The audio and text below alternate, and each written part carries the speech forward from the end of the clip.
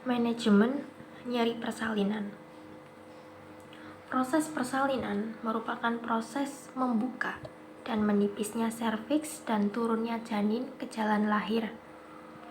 Persalinan dan kelahiran normal adalah proses pengeluaran janin yang terjadi di usia kehamilan cukup bulan, yakni 37 sampai dengan 42 minggu, spontan, presentasi belakang kepala dan berlangsung selama 18 sampai dengan 24 jam serta tidak terjadi komplikasi terhadap ibu ataupun janin. Proses persalinan itu dibagi menjadi 4. Yang pertama, kala 1, yakni sejak saat persalinan dimulai sampai pembukaan lengkap 10 cm. Proses ini berlangsung selama 18 sampai dengan 24 jam. Ya, dibagi dalam 2 fase. Yang itu fase laten kurang lebih 8 jam, serviks membuka 3 cm. Fase aktif kurang lebih 7 jam, serviks membuka 3 sampai dengan 10 cm dengan kecepatan kurang lebih 1 cm per jam. Nah, pada fase aktif kontraksi lebih sering dan kuat. Kemudian kala 2, sejak pembukaan lengkap yaitu 10 cm sampai bayi lahir. Proses ini berlangsung 2 jam pada primipara dan 1 jam pada multipara. Kala 3, sesudah bayi lahir sampai plasenta lahir berlangsung tidak lebih dari 30 menit.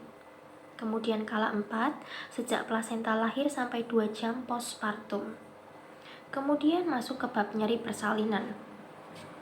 Proses persalinan karakteristik dengan nyeri, kontraksi rahim yang progresif yang disebabkan oleh dilatasi dan penipisan leher rahim. Nyeri persalinan itu memiliki beberapa variasi baik kualitas, intensitas, ataupun lokasinya, yaitu tergantung pada tahapan persalinan. Untuk memberikan rasa bebas nyeri pada proses persalinan secara optimal, maka penting bagi tim kebidanan untuk mengetahui mekanisme dan jaras nyeri pada proses persalinan dan juga faktor-faktor yang mempengaruhi intensitas, durasi, dan kualitas nyeri tersebut. Kemudian masuk ke bab nyeri pada persalinan kala 1. Nah, pada persalinan kala 1, kontraksi uterus dan dilatasi leher rahim itu memberikan stimulasi nosiseptor mekanis dengan ambang rangsang tinggi akibat distensi, regangan, dan robekan pada struktur tersebut selama berlangsungnya kontraksi, terutama jika kontraksi mencapai tekanan 25 mmHg. Prostaglandin, bradikinin, dan mediator lainnya itu akan dibebaskan dan akan memicu ujung bebas serat saraf. Sensasi nyeri ini kemudian akan ditransmisikan melalui serabut saraf A-5 yang tipis akan tetapi bermielin dan serabut saraf C yang tidak bermielin yang bersifat afferent visceral yang berjalan bersama dengan serabut saraf simpatik menuju plexus uterus dan cervix, plexus hipogastrik inferior, media dan superior, serta plexus aorta, kemudian melewati rantai simpatetik lumbar, terus ke arah sefalat melalui rantai simpatetik torakal bawah, melalui ramus komunikan saraf spinal T10, T11, T12, dan L1. Badan sel dari serabut aferen ini terdapat dalam ganglion radik dorsalis. Serabut aferen akhirnya melewati radik posterior saraf spinal tersebut untuk bersinaps dengan interneuron di cornu dorsalis.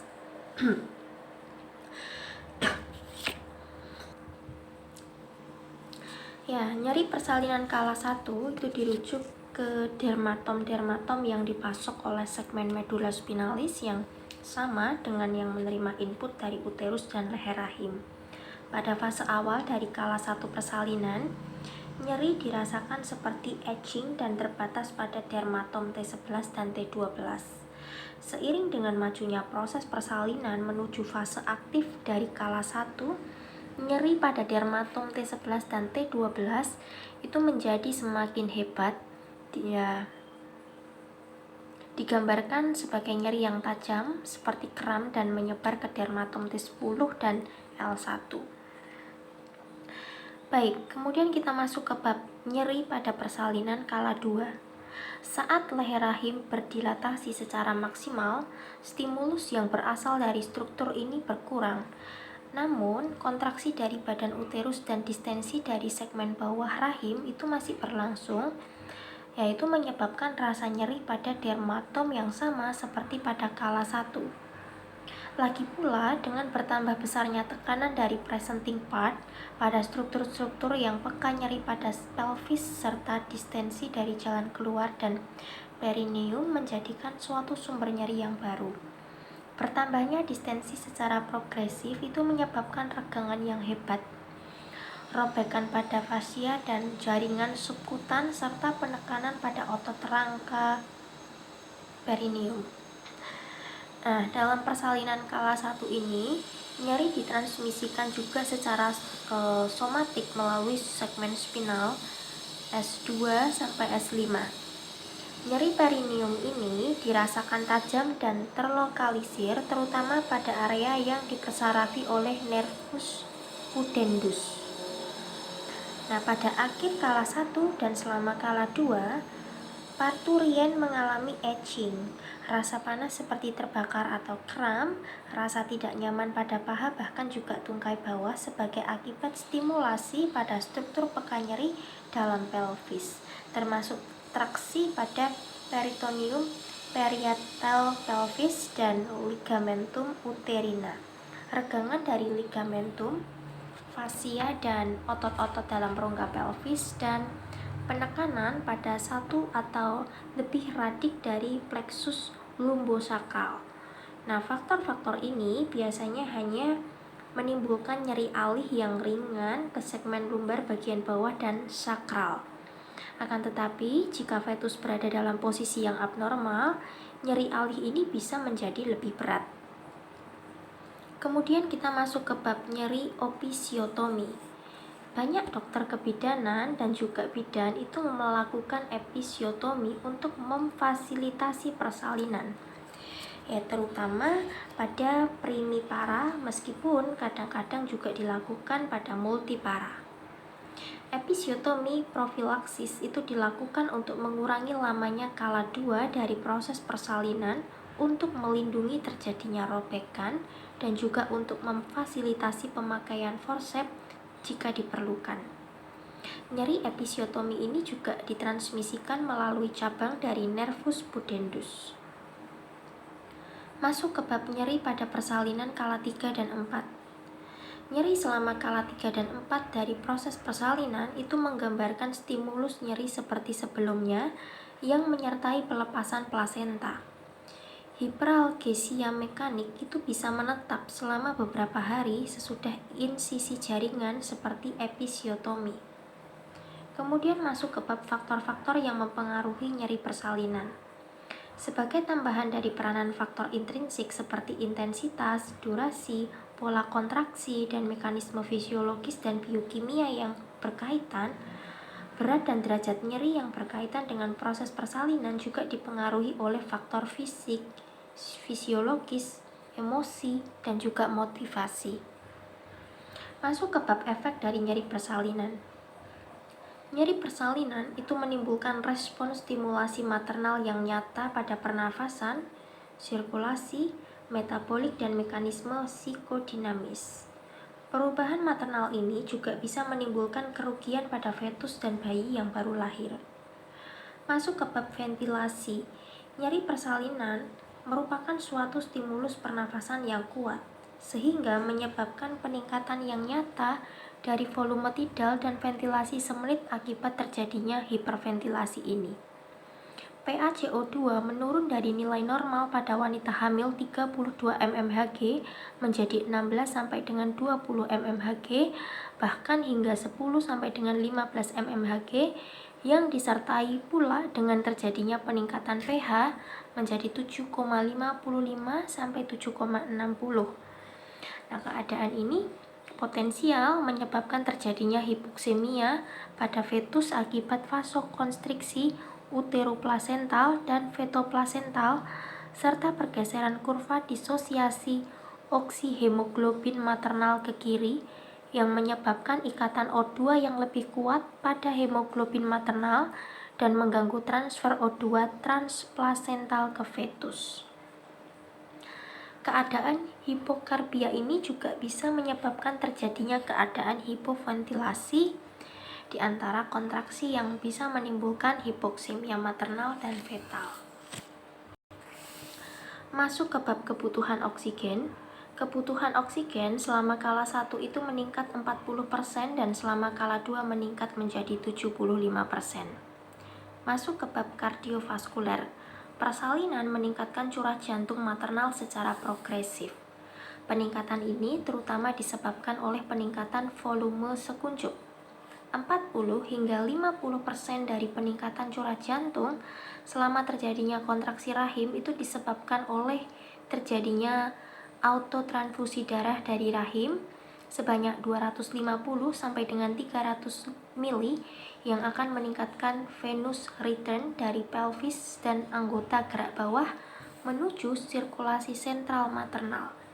Sedangkan sisanya itu disebabkan oleh terjadinya peningkatan aktivitas simpatis yang dicetuskan oleh nyeri, kecemasan, kekhawatiran, dan aktivitas fisik selama persalinan. Peningkatan curah jantung dan tekanan darah sistolik itu menyebabkan peningkatan kerja ventrikel kiri yang bisa ditoleransi oleh parturien yang sehat. Namun, jika berbahaya pada parturien dengan penyakit jantung, hipertensi yang dicetuskan oleh kehamilan, hipertensi esensial, hipertensi paru, dan anemia berat. Masuk ke bab metabolik. Selama kala 1 dan 2 dari proses persalinan, kadar asam lemak bebas dan asam laktat itu meningkat secara bermakna sebagai hasil dari pelepasan katekolamin yang dicetuskan oleh nyeri dan sebagai konsekuensi dari lipolisis yang dicetuskan oleh rangsang simpatis. Selama kala 2 dari proses persalinan, asidosis maternal dihasilkan dari nyeri dan aktivitas fisik yang tidak bisa dipisahkan dalam usaha untuk meneran selama persalinan. Meningkatnya konsumsi oksigen bersamaan dengan kehilangan bikarbonat dari ginjal sebagai kompensasi dari alkalosis respiratorik yang dicetuskan oleh nyeri dan terkadang disertai dengan kurangnya asupan karbohidrat menghasilkan asidosis metabolik yang progresif yang kemudian ditransfer ke fetus. Nyeri persalinan juga mempengaruhi saluran cerna. Pelepasan gastrin yang dirangsang selama persalinan yang nyeri itu menghasilkan peningkatan sekresi asam lambung.